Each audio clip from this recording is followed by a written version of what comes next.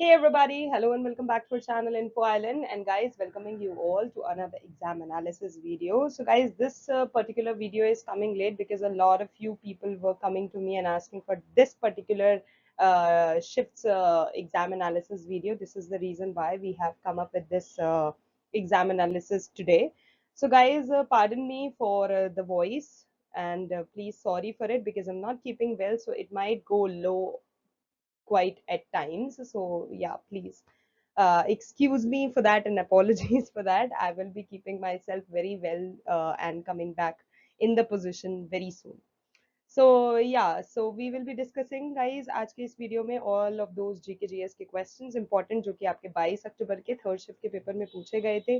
ठीक है, तो जितने भी क्वेश्चंस आए थे उससे रिलेटेड इंपॉर्टेंट फैक्ट्स के साथ मैं आपको आंसर्स बता दूंगी। जिन भी कैंडिडेट्स ने एग्जाम दिया था प्लीज वीडियो को जरूर से देखना, आपके लिए इंपॉर्टेंट है। You will be coming to know कि आपने कितना परसेंट एग्जाम आपने करेक्टली आंसर किया है। And for all of those जिनके आगे आने वाली शिफ्टों में एग्जाम लगे हुए हैं उनके लिए बहुत इंपॉर्टेंट है, जिससे कि उन्हें पता पड़ जाए कि भाई एग्जाम का पैटर्न ये आ रहा है।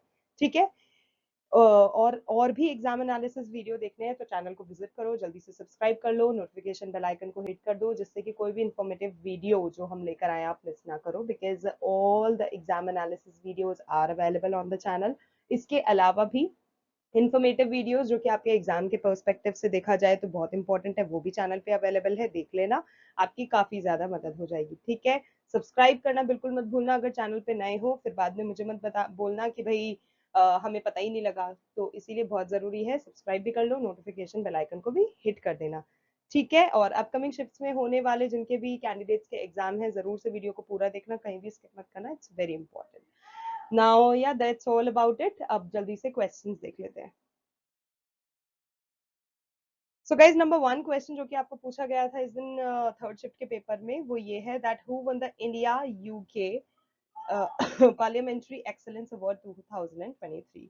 सो गाइज इसका करेक्ट आंसर होगा Kalpana Shukla.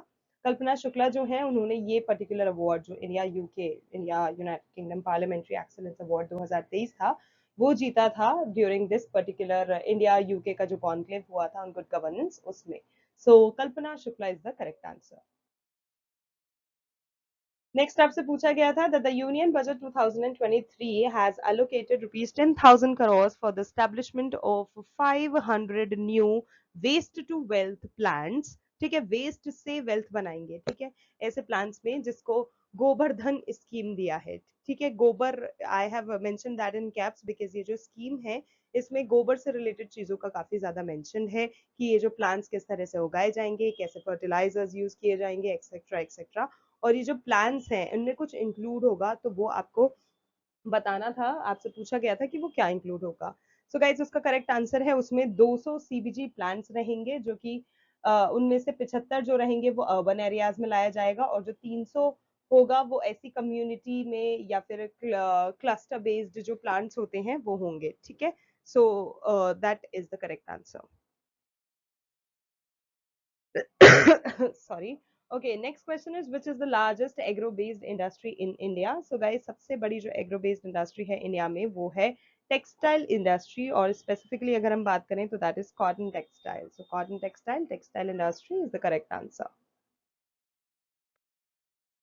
Okay, next up we have which tribes celebrate the Luo Song Festival? Guys, ये पूछा गया था आपसे, और फेस्टिवल से रिलेटेड क्वेश्चंस आ रहे हैं आपको, ये मैं पहले भी बता चुकी हूँ, प्रिपरेटरी वीडियोस में काफी सारी उनके क्वेश्चंस भी शेयर कर चुकी हूँ। अगर अभी तक नहीं प्रिपेयर करा है तो जल्दी से कर लेना, it will be very very very helpful for you guys. So law song festival की बात करें तो guys it is a festival which is mainly celebrated by the Bhutia tribe. ठीक है, तो जो भूतिया ट्राइब है that is your correct answer.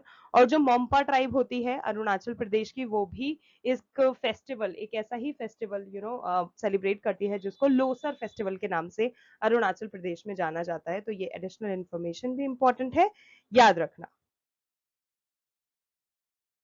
Okay, next question is Dravidian architecture is found in which region? So guys, इसका correct answer होगा it is founded in southern region। और ये जो आर्किटेक्चर है it was pioneered by the Pallavas in south India, और ये mostly शैबिएट करता है वैष्णवाज श्राइन्स के साथ। So southern region is the correct answer. Okay, next question आपसे पूछा गया था that who introduced the concept of national income. Guys, national income जिसको आज के समय में हम कैलकुलेट करते हैं along with that per capita income हो गया, ग्रॉस डोमेस्टिक प्रोडक्ट हो गए, ये सारी चीजें करके जब अपन नेशनल इनकम कैलकुलेट करते हैं, तो ये जो टर्मिनोलॉजी थी ना, ये सबसे पहले कौन लेकर आया था हमारे नेशन में, वो आपसे पूछा गया था। सो दिस टर्मिनोलॉजी सबसे पहले जो आई थी, इट केम फ्रॉम दादा भाई नारोजी जो थे, उनके द्वारा इसको नेशनल इनकम को यूज किया गया था।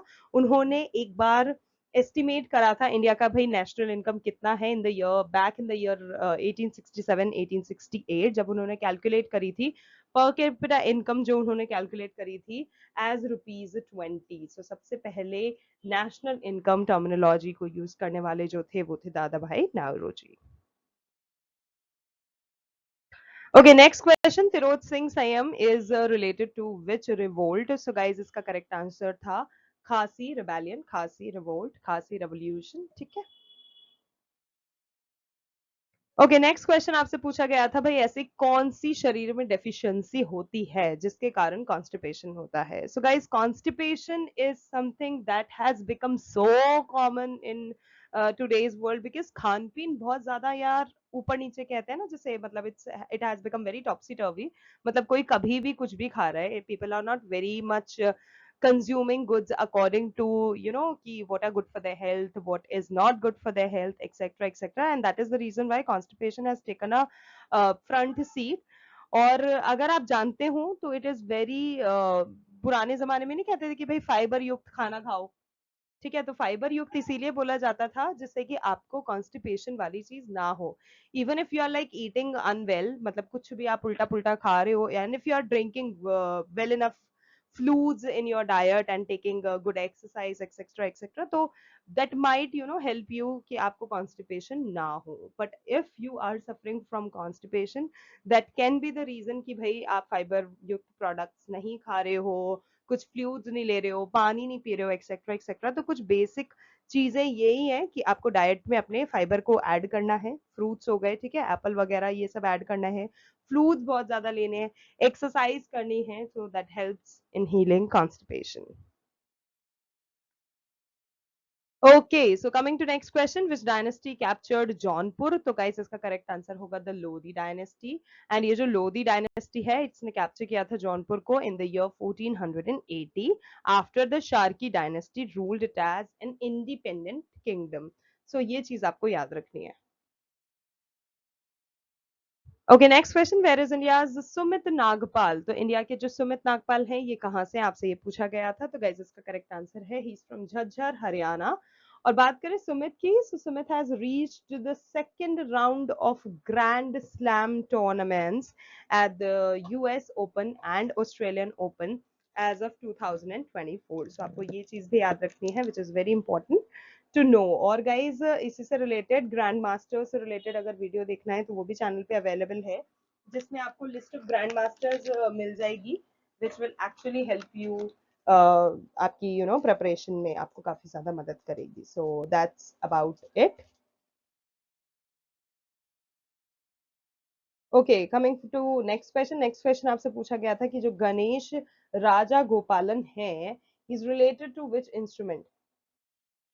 सो guys let me just tell you, musical instrument से रिलेटेड भी क्वेश्चन बहुत ज्यादा आ रहे हैं, तो जो प्रिपरेटरी वीडियो शेयर करी है, क्योंकि उसमें हमने पूरी लिस्ट दिखा रखी है, फोक डांस हो गया, किस स्टेट की कौन सी फेमस है, कौन सा इंस्ट्रूमेंट कौन बजाता है, यू नो, दिग्गज कलाकार and all of that.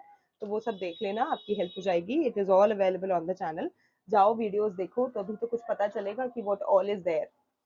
So coming back to the question, जो गणेश राजगोपालन है, he is related to violin, ठीक है, he plays violin and for that only he is very known. So violin is the correct answer here. Okay, next question, in which district is पंचपतमली found? तो पंचपतमली जो है ये आपके Koraput district Orissa में पाए जाते हैं, so that is the correct answer. Next question, where is the DPSP? DPSP की फुल फॉर्म हो गई यहाँ पे directive principle of state policy borrowed from. So guys, DPSP की जितने भी फीचर्स है ना हमारे इंडियन कॉन्स्टिट्यूशन में, वो हमारा जो सॉरी नॉट हमारा, आयरलैंड का जो आयरिश कॉन्स्टिट्यूशन है वहां से लिए गए हैं। और let me just tell you, DPSP का क्वेश्चन रिपीट हुआ है। डीपीएसपी से रिलेटेड जो क्वेश्चन है कि भाई किस कंट्री के कॉन्स्टिट्यूशन से लिए गए हैं, ये पहले भी पूछा जा चुका है। सो इन चीज को अच्छे से याद कर लेना।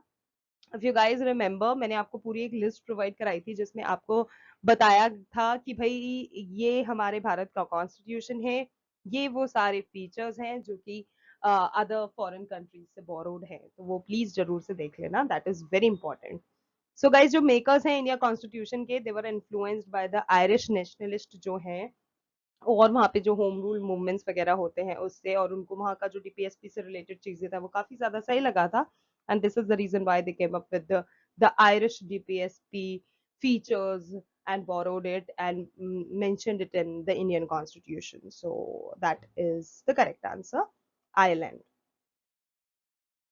Okay, so the next question is the Nagpuri folk dance Mardana Jhumer. ठीक है, it itself is saying, आपको पूछा ये था that primarily कौन इसे perform करता है. So guys, it itself, the name itself is telling you Mardana. So what do you understand by that? In short, it is something that is done by male, you know, the male community, men's, generally men's. So इसका correct answer आपका होगा mainly by men. तो ये जो dance form है इसको men perform करते हैं, and this is the reason why उसका नाम ही मर्दाना झुमेर पड़ गया, और ये नागपुर में किया जाता है। और जो मर्दाना झुमेर है this is performed in Jharkhand, Chhattisgarh and Odisha after harvest. तो जो आप कह सकते हैं it is kind of harvest festival आप कह सकते हैं, और आप कह सकते हैं फोक डांस कह सकते हैं, जिसको कटाई जब होती है उस टाइम पर टिपिकली सेलिब्रेट करा जाता है फेयर्स में। सो मर्दाना झुमेर इज दैट, और इसको झारखंड में, छत्तीसगढ़ में, उड़ीसा में मेनली किया जाता है from the main. Okay, next question, which dance form is taken from Ramayana and Mahabharata? तो guys रामायण और महाभारत दोनों में एक common dance form है which is Kathakali. So Kathakali is the correct answer, and Kathakali is something that blends dance, drama, music, जो कि stories के base पे किया जाता है, जो कि रामायण और महाभारत की stories हैं उनके basis पे किया जाता है. So Kathakali here is the correct answer. What are the qualifications for election as president of India? So guys, जो president of India है ये आपको इंडियन कॉन्स्टिट्यूशन के आर्टिकल 52 से 62 के बीच में सारी ही चीजें मिल जाएंगी जो कि प्रेसिडेंट ऑफ इंडिया से रिलेटेड है। अब now talking about the qualifications कि भाई एक प्रेसिडेंट का इलेक्शन कैसे होता है, इसके लिए क्या क्वालिफिकेशंस की नीड होती है, तो गाइज उसके लिए जरूरी है एक ऐसा कैंडिडेट जो कि इंडियन हो, है ना। सबसे पहली और सबसे बेसिक रिक्वायरमेंट तो यही है कि वो इंडियन सिटीजन होना चाहिए। नेक्स्ट इंपॉर्टेंट चीज, other than being Indian citizen, आपको बहुत जरूरी है फॉर बीइंग द प्रेसिडेंट कि आपका जो एज है वो मिनिमम 35 ईयर्स का होना चाहिए। तो जो एज हो गई ये हो गई आपकी मिनिमम 35 ईयर्स, ठीक है, और मोर चलेगा बट उससे कम नहीं होनी चाहिए।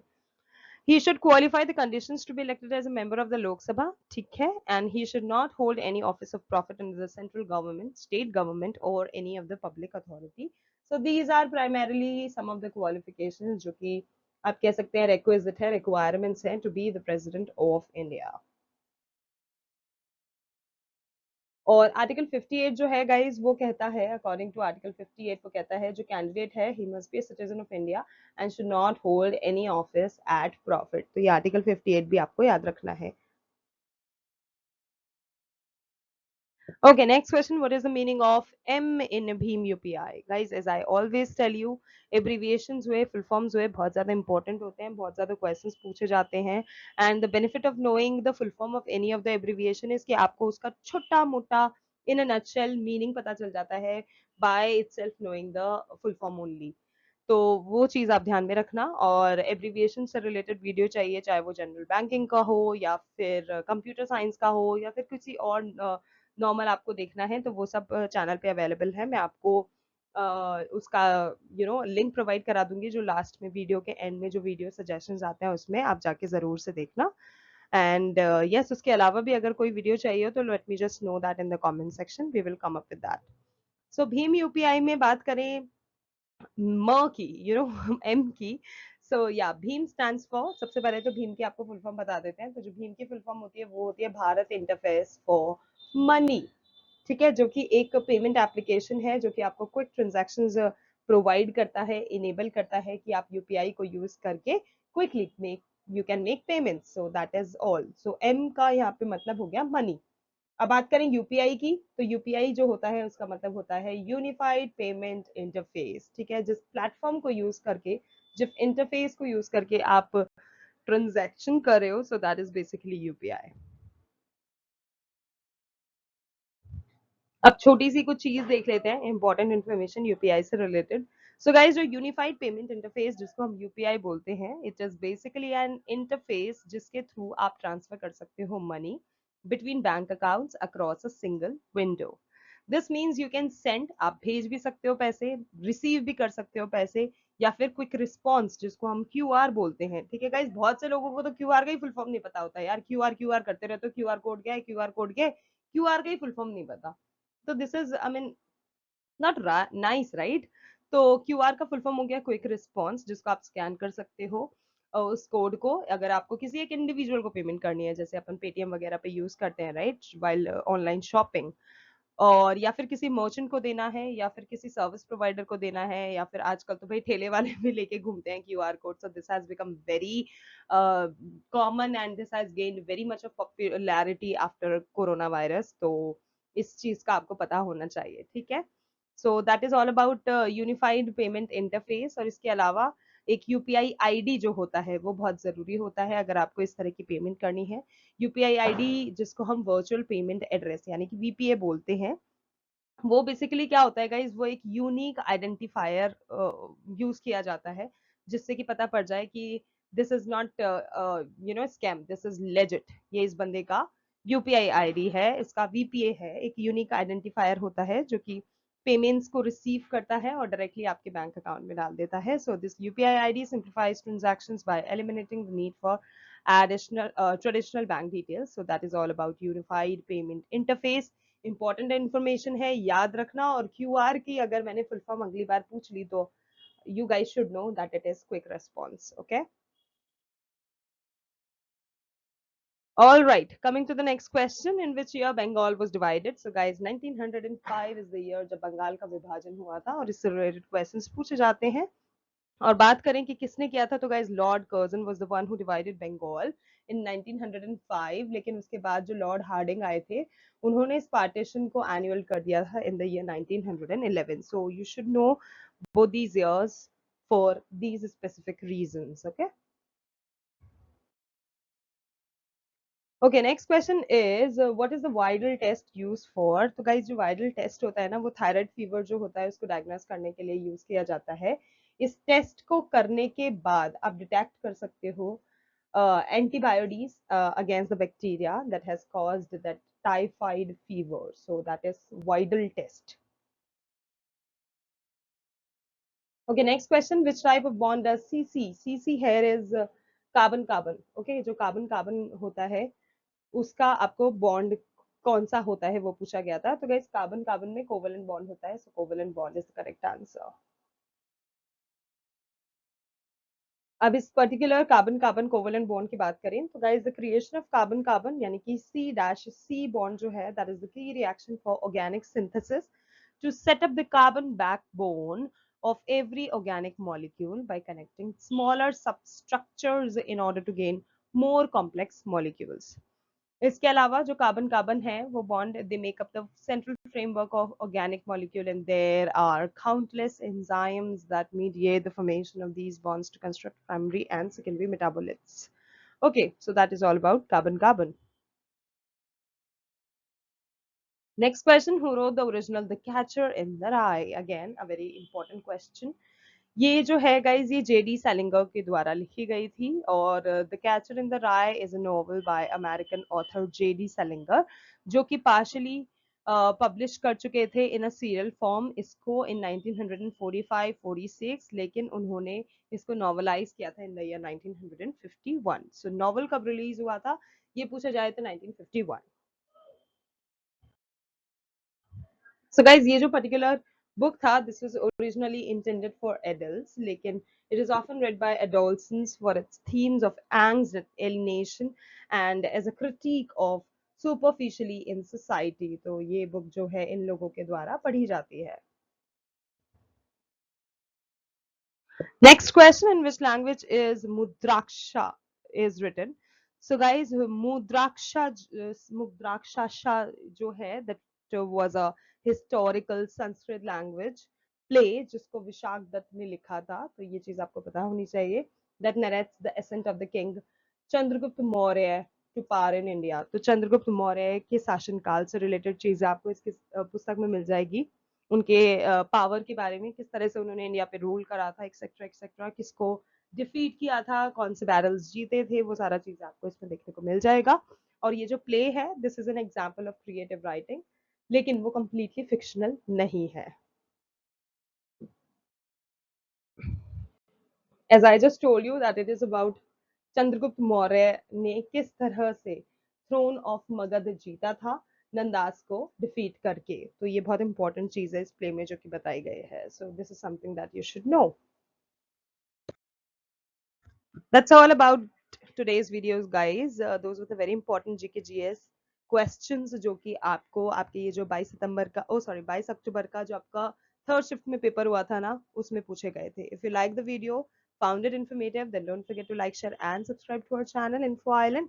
और इसी तरह से Info Island पे बने रहो, प्यार लुटाते रहो, अपने दोस्तों, यारों, परिवारजनों से चैनल को सब्सक्राइब कराते रहो, so that it gives us the motivation to come up with everything that you guys want. So that is all about it.